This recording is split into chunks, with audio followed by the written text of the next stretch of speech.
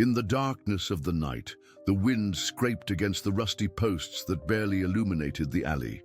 A man on his knees, his head covered by a hood, was held to the ground. Before him, the bandit raised a machete, its blade shining under the weak light. With a dry cry, the attacker prepared the blow, raising his arm firmly.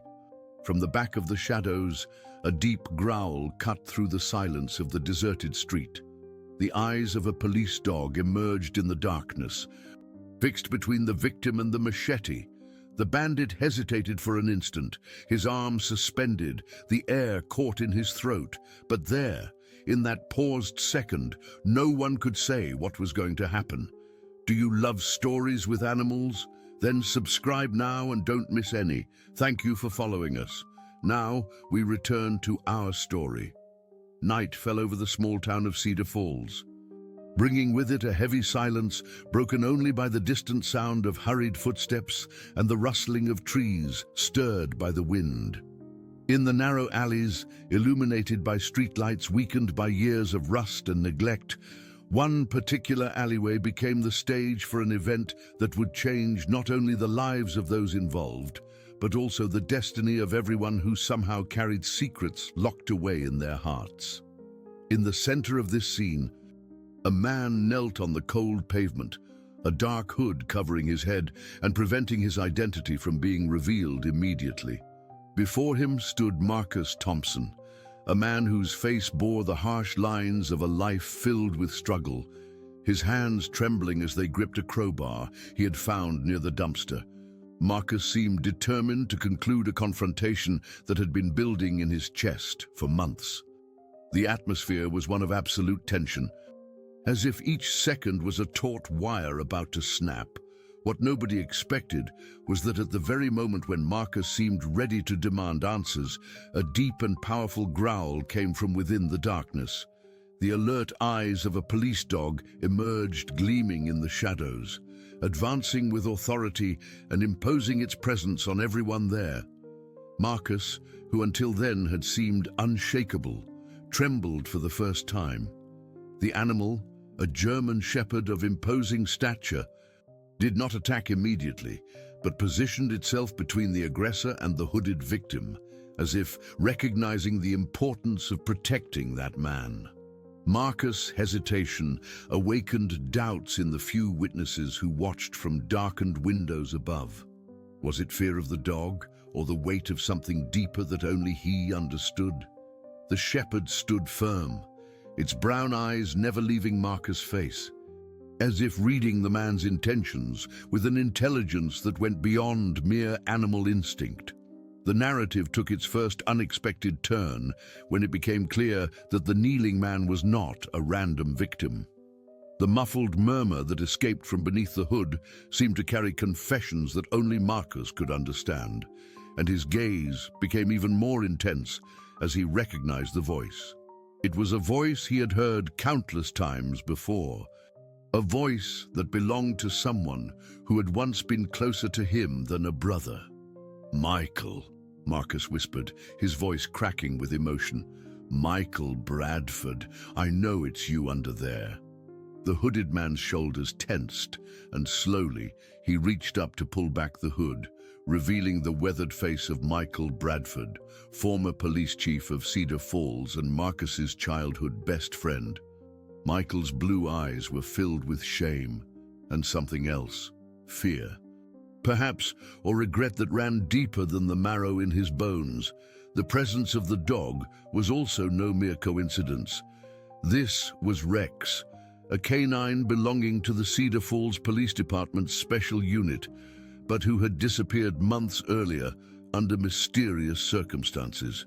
The animal had been reported missing after a failed operation at the old industrial complex on the outskirts of town, presumed lost in the maze of abandoned buildings. His sudden reappearance raised suspicions. Was the animal following orders, or had he found his way to this crucial moment by some deeper instinct? Rex had been Michael's partner for 3 years before his disappearance.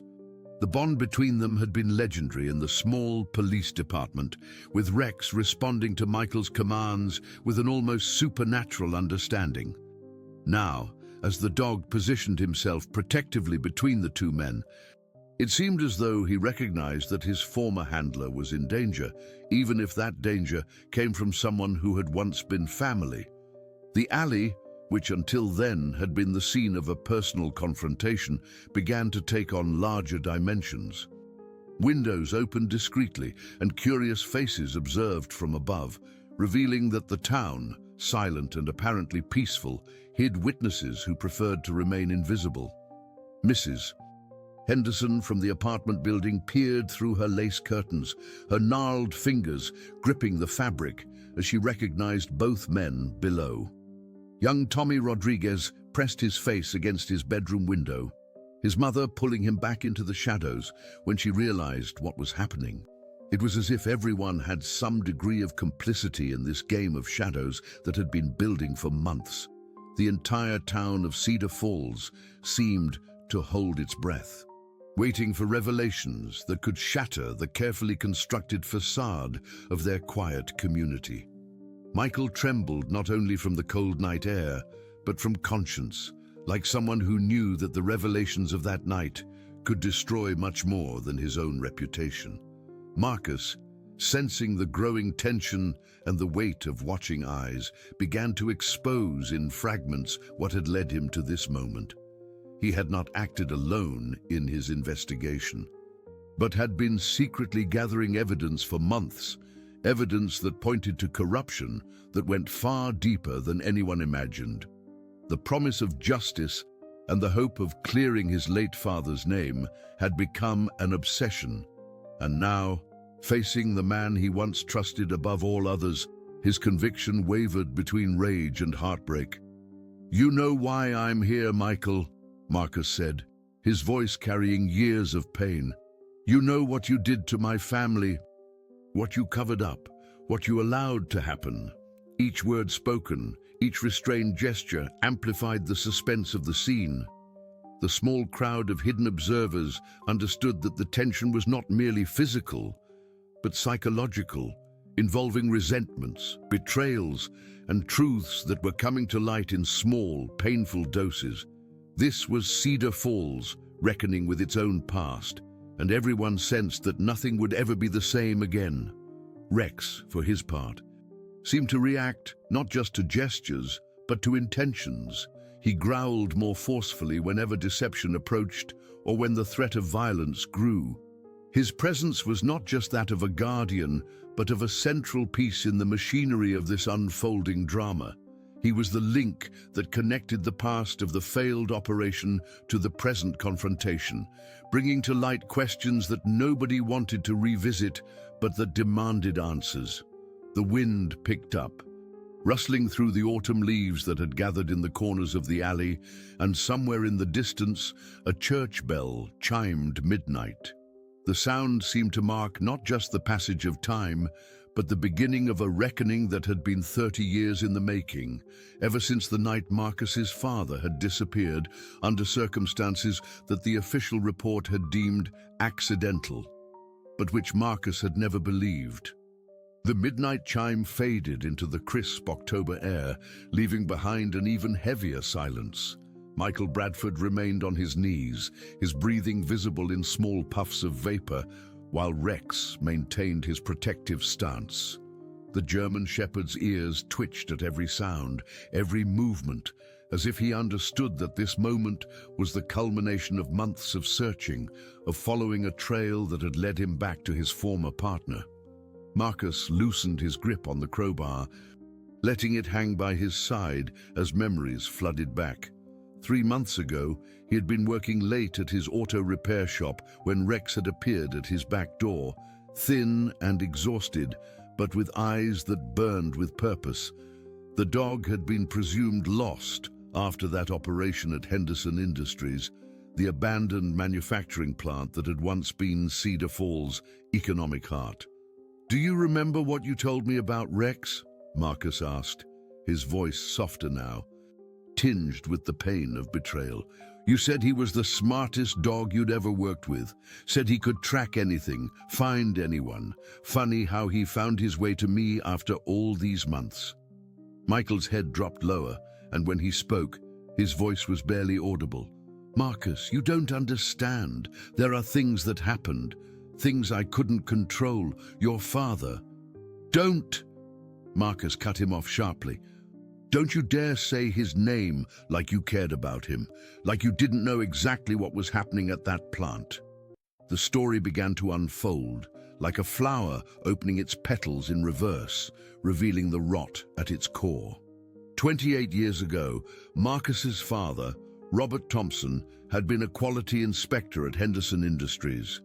The plant had manufactured automotive parts, employing nearly half the town's population. Robert had discovered irregularities in the safety testing, shortcuts that could have led to catastrophic failures in the vehicles using those parts. But Robert Thompson never got the chance to file his report. On October 15, 1995, he had left work for the evening and simply vanished. The official investigation, led by then-Detective Michael Bradford, concluded that Robert had likely fallen into Miller's Creek during a walk, his body swept away by the autumn floods. Case closed, family devastated, and the plant continued operating under the new management of Henderson Industries. "Rex found something that night 3 months ago," Marcus continued, watching as the dog's ears perked up at the mention of his name. "When they sent you and him to investigate reports of trespassers at the old plant. But it wasn't trespassers you found, was it, Michael? It was evidence. Evidence that should have been destroyed decades ago." Michael finally looked up, his face a mask of anguish. "I never wanted this to happen.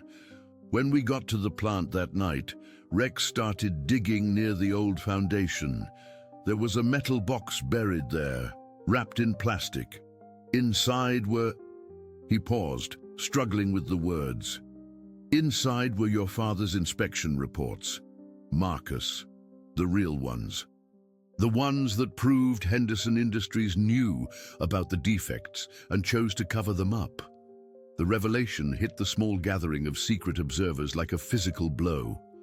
Mrs. Henderson gripped her curtains tighter, remembering her late husband's frequent business trips to Detroit in those days, the hushed phone conversations, the sudden wealth that had allowed them to move to the better part of town.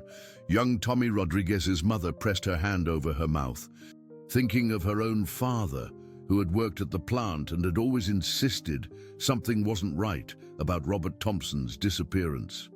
"But that's not all Rex found, is it?" Marcus pressed, taking a step closer. The dog remained calm, as if understanding that the truth needed to emerge. "Tell them about the photographs, Michael. Tell them about the contracts with the city officials." Michael's composure finally cracked completely. There were photographs of meetings between plant management and city officials, agreements to overlook certain safety violations in exchange for campaign contributions. Your father wasn't just going to expose the safety issues. He was going to expose the corruption that went all the way to the mayor's office. The wind carried the scent of burning leaves from someone's backyard, a smell that usually brought comfort in this small New England town. Tonight, it seemed ominous, as if the very air was thick with secrets finally being exposed to the light. Rex shifted his position slightly, moving closer to Michael, and for the first time since this confrontation began, he whined softly, not in fear, but in recognition of his handler's pain. "So what happened to him, Michael?" Marcus's voice broke with emotion. "What really happened to my father that night?" Michael wiped his eyes with the back of his hand. "Looking every one of his 53 years. I was young then, Marcus, just made detective, eager to prove myself. When your father disappeared, I was told by Chief Morrison that it was an accident, that the case was simple. But I had doubts. I started asking questions, started looking into the plant's safety records." He paused, watching as more curtains twitched in the surrounding buildings. The entire neighborhood seemed to be holding its breath, waiting for the revelation that would finally put to rest decades of whispered speculation. "Chief Morrison called me into his office 3 days after your father disappeared. He had photographs on his desk, photographs of me with Sarah, from when we used to meet at the old bridge. We weren't married yet, but Michael's voice faltered. Morrison told me that if I continued investigating, those photographs would find their way to Sarah's father, who had already threatened to disown her if she married a cop. He said the case was closed, and if I valued my future, I'd accept that. The pieces were beginning to form a picture, but Marcus sensed there was more. So you buried the investigation. You let everyone believe my father had an accident. I was a coward, Michael admitted. I told myself I was protecting Sarah, protecting our future together, but really, I was protecting myself. I filed the report exactly as Morrison dictated, and I've lived with that shame every day since. Rex, suddenly alert, turned his head toward the mouth of the alley. His trained senses had detected something the humans had missed. The soft sound of expensive shoes on pavement, approaching slowly but deliberately. The dog's body tensed, not in aggression, but in recognition. Someone else was coming. Someone whose presence would add another layer to this unfolding drama. But the story doesn't end there, does it, Michael? A new voice called from the shadows at the alley's entrance. All eyes turned as a figure emerged from the darkness. A well-dressed man in his 60s, silver hair perfectly styled despite the late hour. Mayor Richard Henderson, great-nephew of the plant's original owner, stepped into the pale circle of streetlight. "Hello, Marcus," the mayor said with a smile that didn't reach his eyes. "I've been wondering when you'd finally piece it all together." Marcus felt his blood turn to ice. Mayor Henderson had been his father's supervisor at the plant all those years ago, the man who had signed off on the safety reports, the man who had risen through local politics on a platform of industrial growth and job creation, always careful to distance himself from his family's manufacturing legacy. "Uncle Richard," Mrs. Henderson whispered from her window, finally understanding why her husband had always spoken in hushed tones about the old days at the plant. Rex's growl deepened, and he positioned himself in a triangle formation with Marcus and Michael, as if his police training told him that the real threat had just arrived. The dog's instincts were proving correct once again. The mastermind behind decades of cover-ups had finally stepped out of the shadows, and the confrontation that had been building for 28 years was about to reach its climax. The mayor's appearance changed everything. This was no longer just about a missing person case or even corruption at a defunct plant. This was about power, about the carefully constructed image of a man who had built his political career on the foundation of buried truths and who had apparently been monitoring Marcus's investigation all along. Mayor Henderson stepped closer, his polished shoes clicking against the wet asphalt with deliberate precision. Despite the late hour and the tense situation, he appeared completely composed, as if midnight confrontations in dark alleys were routine parts of his schedule. Rex's growl intensified, but the mayor seemed unfazed by the German shepherd's warning. "You know, Marcus," Henderson said, adjusting his silver tie clip, "your father was a lot like you, stubborn, persistent, unwilling to understand that sometimes the greater good requires personal sacrifice." Marcus felt his jaw clench. "Don't you dare compare me to him. You people destroyed his life." "Destroyed?" Henderson laughed, a sound devoid of warmth. "Your father was offered a promotion, Marcus, a transfer to our Detroit facility with a substantial raise and a guarantee that his family would be well provided for. All he had to do was sign off on some paperwork that would have kept 800 families employed in this town." The mayor's words hung in the air like poison.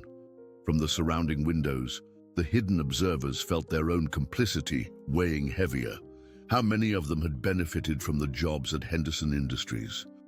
How many had chosen not to ask questions about the circumstances of Robert Thompson's disappearance because their own livelihoods depended on the plant remaining operational? Michael struggled to his feet, his knees protesting after kneeling on the cold pavement. "Richard, enough. The boy deserves to know the truth about what happened to his father." The truth. Henderson's eyebrows rose mockingly. The truth is that your father was an idealistic fool who would have destroyed this entire community for the sake of his precious principles. Do you know what happens to small towns when their major employer shuts down, Marcus? Do you have any idea how many families would have been ruined if your father's reports had gone public? Marcus took a step forward, his hands trembling with rage. My father was trying to protect people. Those defective parts could have hurt innocent drivers. Could have, Henderson emphasized, might have, possibly would have, but definitely would have resulted in the plant closing, 800 people losing their jobs, and Cedar Falls becoming another ghost town along Route 9. I made a choice to protect this community. Rex suddenly shifted his attention, his trained nose picking up a familiar scent carried on the evening breeze. The dog's behavior changed from protective to alert, his tail beginning to wag slightly. Someone else was approaching, someone the canine recognized and trusted.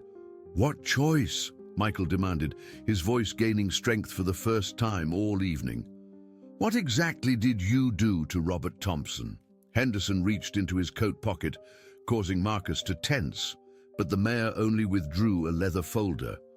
I offered him a choice. Just like I'm offering you one now, Marcus. Your father could take the promotion and relocate his family to a comfortable life in Detroit, or he could stay here and watch his stubborn principles destroy everything he claimed to care about. And when he refused, Marcus pressed, he didn't refuse, not initially. Henderson opened the folder, revealing what appeared to be official documents. Your father agreed to take the transfer. He signed the paperwork on October 14th, 1995. He was supposed to leave the next morning. The revelation struck Marcus like a physical blow. His father had agreed to leave, had agreed to abandon his investigation. You're lying. I have the signed documents right here, Henderson said, extending the folder. Your father chose his family over his principles, Marcus. He chose to protect you and your mother rather than expose the plant. But then what? Michael asked when Henderson paused dramatically. Then your father's conscience got the better of him. A new voice interrupted from behind them. All three men turned to see Dr. Sarah Bradford approaching, her hospital scrubs indicating she had just finished a late shift at Cedar Falls Medical Center. Rex immediately bounded toward her, his tail wagging furiously as he recognized Michael's wife. Sarah, what are you doing here? Michael asked, confusion and concern evident in his voice. Dr. Bradford knelt to pet Rex, her face grave. I've been following the investigation too, Michael. Ever since Rex showed up at the clinic 3 months ago, injured and carrying something in his mouth. Marcus felt his world shifting again. What was he carrying? Sarah stood slowly, her hand still resting on Rex's head. A key. An old safety deposit box key with a Cedar Falls bank tag. She looked directly at Henderson, her brown eyes filled with decades of suppressed knowledge.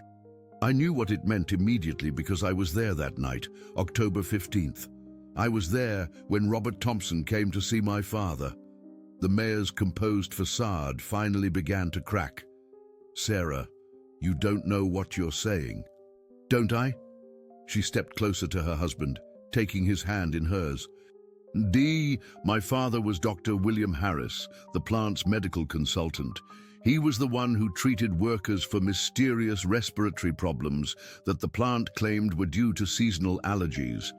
He was the one who documented injuries that were consistently underreported to avoid safety investigations. Michael stared at his wife in shock. In 25 years of marriage, she had never mentioned knowing anything about Robert Thompson's case. Sarah, why didn't you ever tell me? Because I was 17 years old and terrified, she replied, tears beginning to form in her eyes. My father had been receiving payments from Henderson Industries to keep quiet about worker health issues. When Robert Thompson showed up at our house that night with copies of his real inspection reports, my father panicked. The pieces were beginning to form a complete picture. but it was more complex than anyone had imagined. Henderson's expression had shifted from smugness to concern, and he kept glancing toward the mouth of the alley as if expecting someone else to arrive.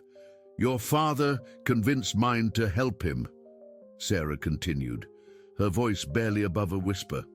"They were going to disappear Robert Thompson temporarily, make it look like an accident. Give him time to get to the FBI with his evidence while ensuring that Henderson couldn't retaliate against your family." Marcus felt the ground shifting beneath his feet.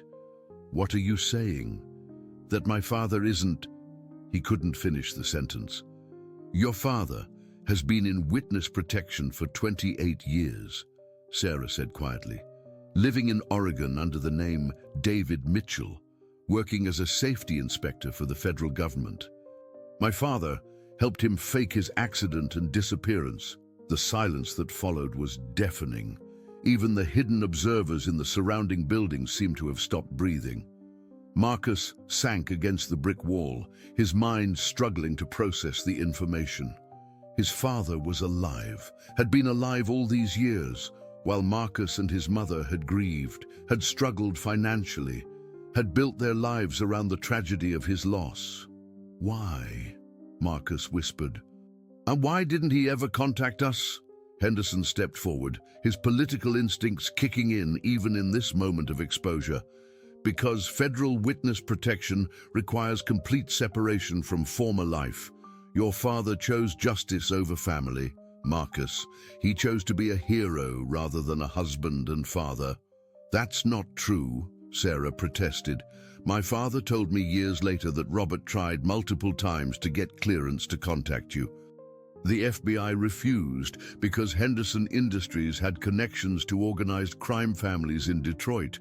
Your father's safety and yours depended on everyone believing he was gone." Rex suddenly sat at attention, his police training evident as he focused on something in the distance. The sound of approaching footsteps echoed through the alley, but these were different, confident, purposeful, official. The conversation that had been building for decades was about to take yet another unexpected turn. "Well," Henderson said, checking his expensive watch, "it appears our time for private conversation is coming to an end." Two figures emerged from the shadows at the alley's entrance. One was Sheriff Patricia Gonzalez, the woman who had replaced Michael as head of law enforcement when he retired 3 years earlier. The other was a man in a federal windbreaker that Marcus couldn't quite make out in the dim light.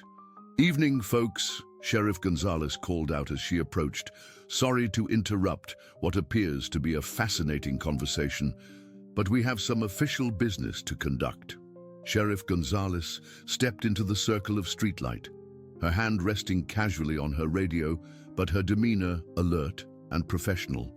Behind her, the man in the federal windbreaker remained partially in shadow, but there was something familiar about his posture, his height, the way he carried himself that made Marcus's heart begin to race.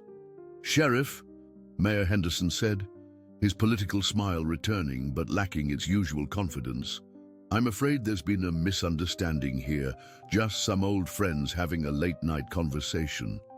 "Is that what you call it?" Sheriff Gonzalez replied, her dark eyes taking in the scene, Marcus with the crowbar still in his hand, Michael on his knees until moments ago, Rex in his protective stance, and the mayor looking far less composed than his usual public appearances. "Because from where I'm standing, it looks like the culmination of a federal investigation that's been 3 months in the making." The man in the windbreaker stepped forward, and as the light caught his face, Marcus felt his legs go weak. The features were older, weathered by time and stress, the hair now silver where it had once been brown, but the eyes were unmistakable, the same blue eyes that Marcus saw in the mirror every morning, the same strong jawline, the same way of standing with one shoulder slightly raised. "Hello, son," Robert Thompson said quietly, his voice carrying the weight of 28 years of separation. Marcus dropped the crowbar. the metal clattering on the asphalt as he stared at the man who had haunted his dreams and shaped his entire life through his absence. Dad. The simple word hung between them like a bridge spanning decades of grief, anger, and longing. Robert took a tentative step forward, his federal badge catching the light as it swayed on the lanyard around his neck. "I know this is a shock, Marcus. I know you have questions, and I know you probably hate me right now." "Hate you?" Marcus laughed, but it was a sound filled with pain rather than humor. "I've spent 28 years thinking you were gone. Mom cried herself to sleep for 2 years. We lost the house, had to move in with Grandma Miller. I dropped out of college to work full-time to support us. And you've been alive this whole time." Robert's composure cracked, tears forming in his eyes. "Every day, Marcus, every single day I wanted to come home, but they told me that if I made contact, Henderson's associates would eliminate any threat to their operation. That included my family." Mayor Henderson stepped backward, his political instincts finally recognizing that his carefully constructed world was collapsing. "Now wait just a minute. You can't prove any connection between me and organized crime. Everything I did was to protect this town. Actually, we can prove quite a lot," Sheriff Gonzalez interjected, pulling out a thick folder from her jacket. "The FBI has been building a case against you for 3 years, Richard. Ever since Agent Thompson here convinced them to reopen the investigation." The revelation that his father was now a federal agent added another layer of complexity to Marcus's swirling emotions. Sarah Bradford moved closer to her husband, taking his arm as they watched the family drama unfold. Rex seemed to sense the emotional intensity and moved to position himself near Marcus, offering silent support. "The safety deposit box that Rex found," Robert explained, his voice growing stronger, "contained not just my original inspection reports, but also photographs and documents that Dr. Harris had been secretly collecting for years. Evidence of payments to city officials, medical cover-ups, and connections to crime families in Detroit who were using Henderson Industries to launder money through legitimate automotive contracts." Michael looked up sharply. "That's why Chief Morrison was so insistent that I close the case. He was being paid off too. Morrison received $15,000 a month for 20 years to ensure that certain investigations never gained traction," Sheriff Gonzalez confirmed. "We have bank records, photographs of meetings, recorded conversations. When he retired, he thought his secrets were safe. He didn't count on a missing police dog leading us back to the evidence." Henderson's mask finally slipped completely. "You people have no idea what you're dealing with. Do you think this ends with me? Do you think the families in Detroit are just going to walk away from a 40-year operation because of some old paperwork?" "That's exactly what we're counting on," Robert said, his federal training evident in his calm demeanor. "See, Richard, the beautiful thing about being in witness protection for nearly 3 decades is that you learn how these organizations work. They cut their losses and move on. You've become a liability." The mayor's face went pale. "You can't be serious. I've been their point person here for 4 decades. I've generated millions in legitimate revenue for them through municipal contracts and industrial partnerships." "Had been," Sheriff Gonzalez corrected. "Past tense. We intercepted communications 3 weeks ago indicating that your usefulness has come to an end. Apparently, your nephew Timothy's gambling debts in Las Vegas attracted the wrong kind of attention. And the families decided that the Cedar Falls operation had become too visible."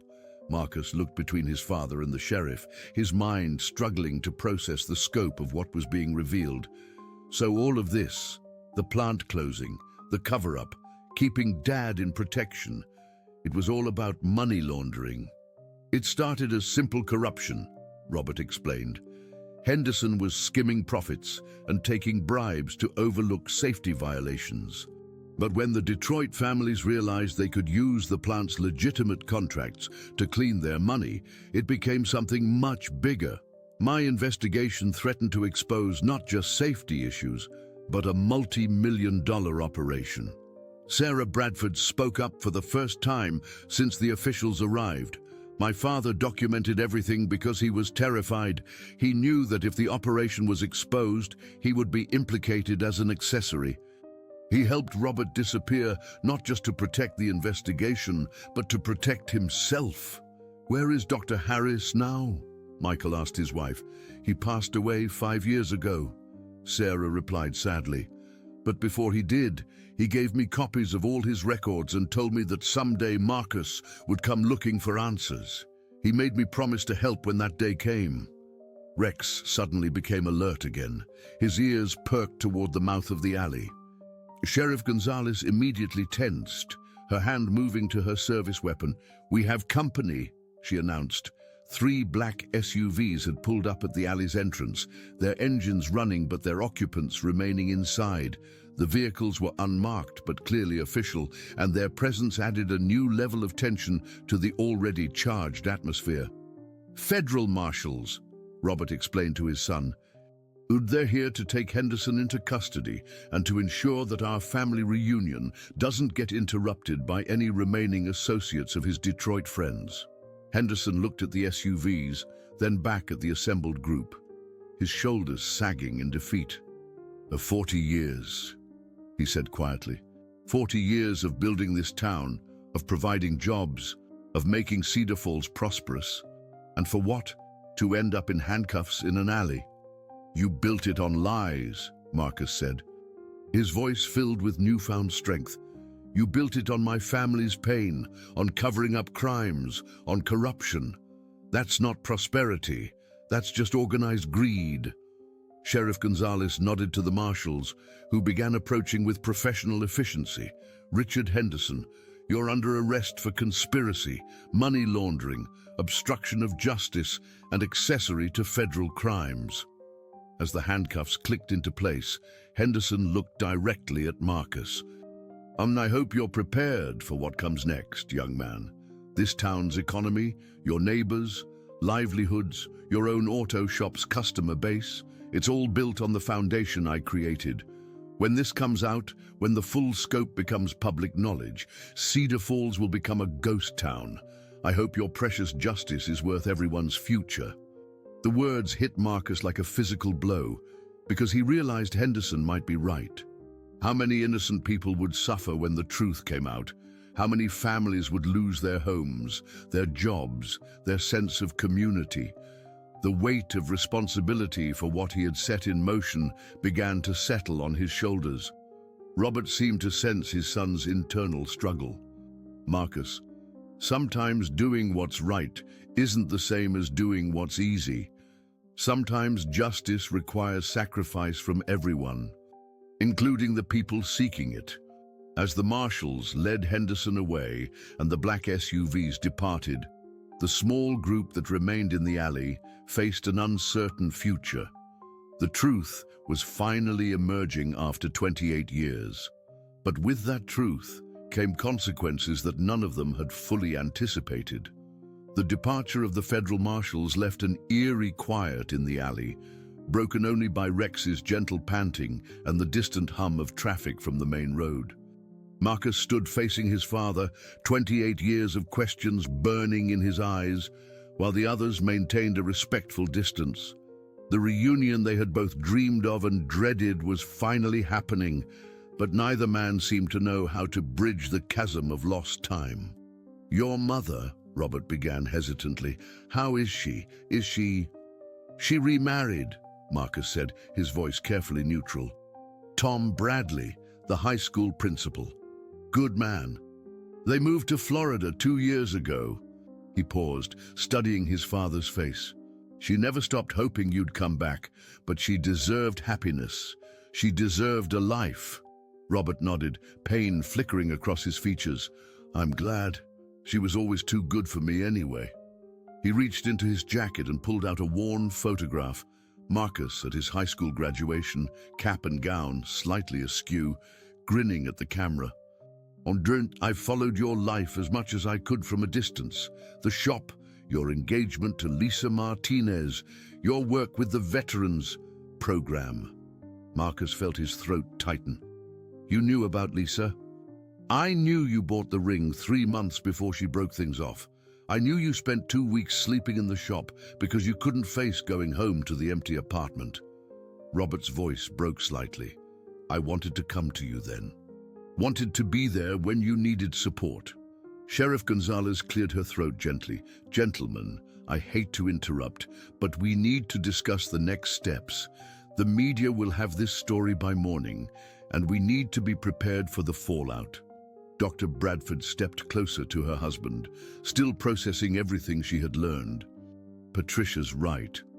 When word gets out about Henderson's arrest and the scope of the corruption, this town is going to be in chaos.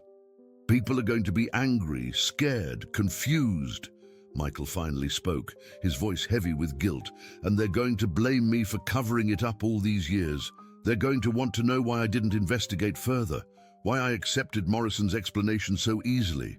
Actually, Sheriff Gonzalez said, opening another folder, that's where things get interesting.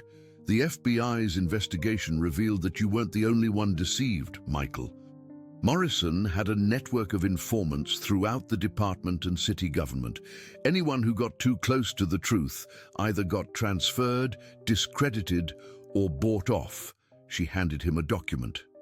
Officer Jenny Walsh, who tried to reopen the Thompson case in 1998. She was transferred to a desk job and eventually forced out of law enforcement altogether. City Councilman David Park, who questioned the plant's safety record in 2002. Suddenly, his family's restaurant failed health inspections until he dropped his inquiries. Marcus looked around at the faces surrounding him, people whose lives had all been shaped by Henderson's web of corruption and control. So, what happens now? Do we just tell everyone that their lives have been built on lies, that half the jobs in town exist because of money laundering and cover-ups? Robert placed a hand on his son's shoulder. The first physical contact they'd had in nearly 3 decades. That's what I spent 28 years learning, Marcus. Justice isn't just about punishing the guilty, it's about helping the innocent rebuild their lives afterward. What do you mean? Dr. Bradford asked. The FBI has been working with federal economic development agencies to create a transition plan for Cedar Falls, Robert explained. When Henderson's empire collapses, there will be federal grants available for retraining programs, small business loans for legitimate enterprises, and infrastructure improvements funded by the seized assets from the money laundering operation. Sheriff Gonzalez nodded approvingly. Agent Thompson convinced his superiors that Cedar Falls could become a model for how to rebuild a community after exposing long-term corruption. The town won't just survive this, it has the potential to become stronger and more honest than it's ever been. Rex suddenly stood and trotted over to Marcus, sitting at his feet and looking up with those intelligent brown eyes. The dog's loyalty seemed to have transferred from Michael to the younger Thompson, recognizing something in Marcus that reminded him of the man he had served faithfully for years. He likes you, Michael observed with a sad smile. Rex always was a good judge of character. Marcus knelt to pet the German shepherd, feeling the dog's warmth and steady breathing. What happens to him? Does he go back to the police department? Actually, Sheriff Gonzalez said, Rex is officially retired from active duty due to his age and the trauma of being missing for 3 months. He needs a good home with someone who understands his training and can give him the attention he deserves. The suggestion hung in the air, and Marcus felt a strange sense of completion as he looked into Rex's eyes. This dog had been the key to unlocking the truth about his father's disappearance, had led him through months of investigation, and had protected him in this very alley. It seemed fitting that they should face the future together. Ellen, there's something else, Robert said, his tone becoming more serious. The investigation isn't completely over. Henderson was the local operation, but the Detroit families he worked with are still active. There's a possibility that they might try to retaliate or attempt to restart their operations elsewhere. Are we in danger? Dr. Bradford asked, instinctively moving closer to her husband. Not immediate danger, Sheriff Gonzalez assured her. Federal protection will be in place for all key witnesses, and the arrests in Detroit are happening simultaneously with Henderson's. But it means that Agent Thompson will need to remain active in his federal role for at least another year, while the trials proceed. Marcus felt a familiar stab of loss, even though he had just been reunited with his father. So you'll have to leave again. Not leave, Robert corrected. I'll be based here in Cedar Falls, helping with the transition and working as a federal liaison during the community rebuilding process. For the first time in 28 years, I get to come home and actually help my community heal. The emotional weight of the moment was interrupted by the sound of approaching voices. Mrs. Henderson emerged from her apartment building, followed by several other neighbors who had been watching from their windows. The elderly woman walked directly to Marcus, her wrinkled hands trembling slightly. "Young man," she said, her voice shaky but determined, "I owe you an apology. We all do. We knew something wasn't right about your father's disappearance, but we were too afraid to speak up, too comfortable with our lives to risk asking hard questions." Other neighbors nodded in agreement, their faces showing a mixture of shame and relief. Tommy Rodriguez's mother stepped forward, her teenage son beside her. "My husband worked at the plant for 15 years. He always said there were things going on that didn't seem right, but we needed the job. We needed the insurance for Tommy's asthma treatments." Marcus stood slowly, Rex remaining close by his side. "I don't blame any of you. You were trying to survive, to take care of your families. Henderson and his associates were the ones who created this situation. But what happens to us now?" asked Mr. Patterson, and who ran the corner grocery store. "When this all comes out, when the federal investigators start examining every business deal and contract from the past 40 years, how do we prove we weren't part of it?" Sheriff Gonzalez stepped forward to address the growing crowd. "That's exactly why the federal transition team exists. There will be a process to review all existing contracts and business relationships. Legitimate businesses and innocent residents have nothing to fear. In fact, many of you will benefit from the economic development programs that will replace Henderson's corrupt enterprises." Robert added, "The goal isn't to punish the community for being victimized by corruption. The goal is to give Cedar Falls a chance to build an economy based on honest work and legitimate business practices." Dr. Bradford looked around at her neighbors, people she had known for decades, and realized that this moment represented more than just the resolution of an old mystery. It was the beginning of a new chapter for their entire community. "You know," she said thoughtfully, "maybe it's time we stopped being afraid of the truth. Maybe it's time we started building something better together." As the small crowd in the alley began to disperse, each person carrying with them the weight of revelations and the hope of rebuilding, Marcus felt Rex lean against his leg. The dog's presence was comforting, a reminder that loyalty and truth could survive even decades of deception and corruption. The hardest part was over. Now came the work of healing, rebuilding, and learning to trust again.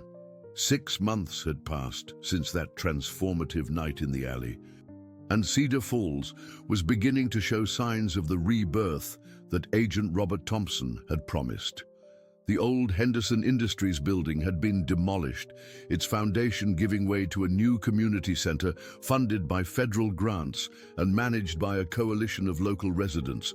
Where once stood the symbol of corruption, now grew a garden tended by volunteers, including Mrs. Henderson, who had chosen to stay in town despite her family's disgrace. Marcus stood in the doorway of his expanded auto repair shop, watching as Rex played with a group of children in the small park across the street. The German Shepherd had adapted well to civilian life, though he still maintained the alertness and intelligence that had made him such an effective police dog. The children loved him, and he seemed to understand that his new job was to bring joy rather than enforce law. "Coffee's ready," called Dr. Sarah Bradford from inside the shop. She had become a regular visitor during her lunch breaks from the medical center, often bringing updates on the community health programs that had replaced the inadequate medical oversight of the Henderson era. Marcus walked back inside, where his father was bent over the engine of Tommy Rodriguez's mother's sedan.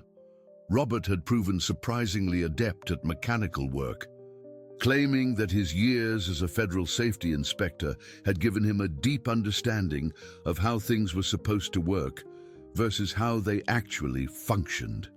"Any word from Sheriff Gonzalez about the final trials?" Marcus asked, accepting the steaming mug from Sarah. Robert straightened, wiping his hands on a shop rag. The last of Henderson's associates was sentenced yesterday, 15 to 20 years for money laundering and conspiracy. The Detroit operation has been completely dismantled, and Henderson himself, 25 years, but he'll be eligible for parole in 12 if he continues cooperating with federal investigators in other cases. Robert's expression was thoughtful rather than vindictive. "I don't hate him anymore, Marcus. I understand now that he was trapped in his own web, just like the rest of us." Dr. Bradford nodded approvingly. "Forgiveness is important for healing, both personal and community-wide. We've seen remarkable changes in people's mental health as they've been able to finally talk openly about things they've suspected for years." The transformation of Cedar Falls had not been without challenges. When the full extent of the corruption was revealed in newspaper headlines and television reports, the town had indeed experienced the economic disruption that Henderson had predicted. 3 businesses had closed immediately, unable to survive without the inflated contracts that had sustained them. Unemployment had spiked temporarily as federal investigators reviewed every municipal agreement and business relationship.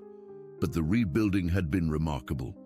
The seized assets from the money laundering operation had provided nearly $2 million in seed funding for legitimate businesses. Tommy Rodriguez's mother had used a federal small business loan to open a restaurant specializing in authentic Mexican cuisine, something the town had been lacking for years. Mr. Patterson had expanded his grocery store into a community marketplace featuring local farmers and artisans. Most importantly, the atmosphere of fear and secrecy that had pervaded Cedar Falls for decades had lifted. Town meetings were now well-attended affairs, where residents felt free to ask questions and voice concerns. A new city council had been elected, including Jenny Walsh, the former police officer who had returned to public service with a mandate for transparency and accountability. Michael Bradford had struggled initially with depression and guilt over his role in the cover-up, but with support from his wife and the community, he had found a new purpose. He now worked with federal agencies to train small-town law enforcement officers on how to recognize and resist corruption, sharing his story as a cautionary tale about the dangers of political pressure and moral compromise. "You know," Marcus said, watching Rex through the window as the dog patiently allowed a toddler to use him as a pillow, "I used to think that justice was about punishment, about making the bad guys pay for what they did. And now," his father asked, "now I think it's about giving people the chance to do better, to be better." Marcus smiled as Rex gently nudged the sleeping child, ensuring the little one didn't fall off his back. Henderson and his associates needed to face consequences for their actions, but the real victory is what we've built afterward. Sarah set down her coffee cup and checked her watch. Speaking of building something better, I should get back to the clinic. We're interviewing candidates for the new community outreach coordinator position this afternoon." After she left, father and son worked in comfortable silence for a while, the rhythmic sounds of tools and engines creating a peaceful backdrop to their shared labor. It had taken time for them to rebuild their relationship, to learn how to be family again after nearly 3 decades of separation. But gradually, they had found their way back to each other. "Marcus," Robert said suddenly, "there's something I need to tell you." His son looked up from the transmission he was rebuilding, noting the serious tone. "What is it?" "The Federal Witness Protection Program has officially ended my participation. As of next month, I'm free to resume my life as Robert Thompson, Cedar Falls resident." He paused, his hands still for the first time all morning. "But I've been offered a permanent position with the FBI's Community Recovery Division. They want me to help other towns that have been damaged by long-term corruption." Marcus felt his heart sink, fearing another separation. "How often would you travel?" "That's just it. The position would be based here. Cedar Falls would become a regional center for federal community recovery programs. I'd travel occasionally, but this would be home base." Robert smiled. "I'm getting too old to keep moving around, and frankly, I've seen enough of the world. I'd like to spend the rest of my career helping repair the damage that people like Henderson have done to small communities." Relief flooded through Marcus, followed quickly by pride. His father's work had prevented other families from experiencing the pain and separation that they had endured. "That sounds perfect, Dad." The simple word "Dad" still felt new on Marcus's tongue. But it was getting easier each time.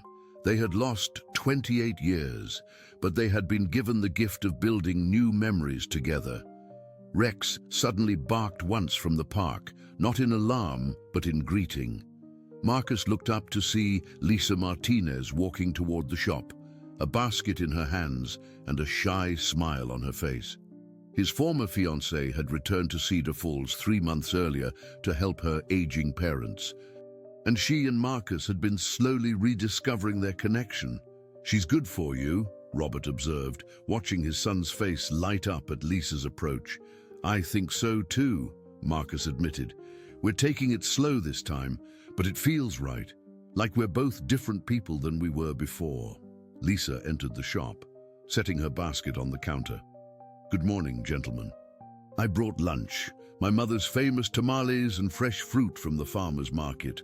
"You're an angel," Robert said, immediately washing his hands. "I've been craving your mother's cooking since Marcus told me you were back in town." As they shared the meal, surrounded by the honest smells of motor oil and metal, the sounds of Rex playing with children, and the warmth of family and friendship, Marcus realized that this was what justice truly looked like.